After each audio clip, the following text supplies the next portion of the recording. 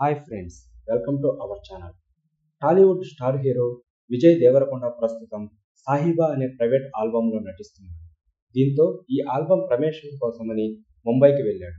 ఇందులో భాగంగా ఈవెంట్కి వెళ్తూ వస్తుండగా మెట్ల మీద నుండి దిగుతూ జారి కింద పడ్డాడు. దీంతో వెంటనే పక్కనున్న వారు అప్రమత్తమై విజయ్ని లేపారు. అయితే ఈ ప్రమాదంలో విజయ్కి గాయాలేమీ కాలేదని, ప్రస్తుతం విజయ్ బాగానే ఉన్నాడని, ఫ్యాన్స్ ఆందోళన చెందాల్సిన అవసరం లేదని బంధువులు, సన్నిహితులు క్లారిటీ ఇచ్చారు. ఈ విషయం ఇలా ఉండగా గత కొన్నేళ్లుగా హీరో విజయ్ దేవరకొండ సరైన సక్సెస్ లేక ఇబ్బంది పడుతున్నాడు.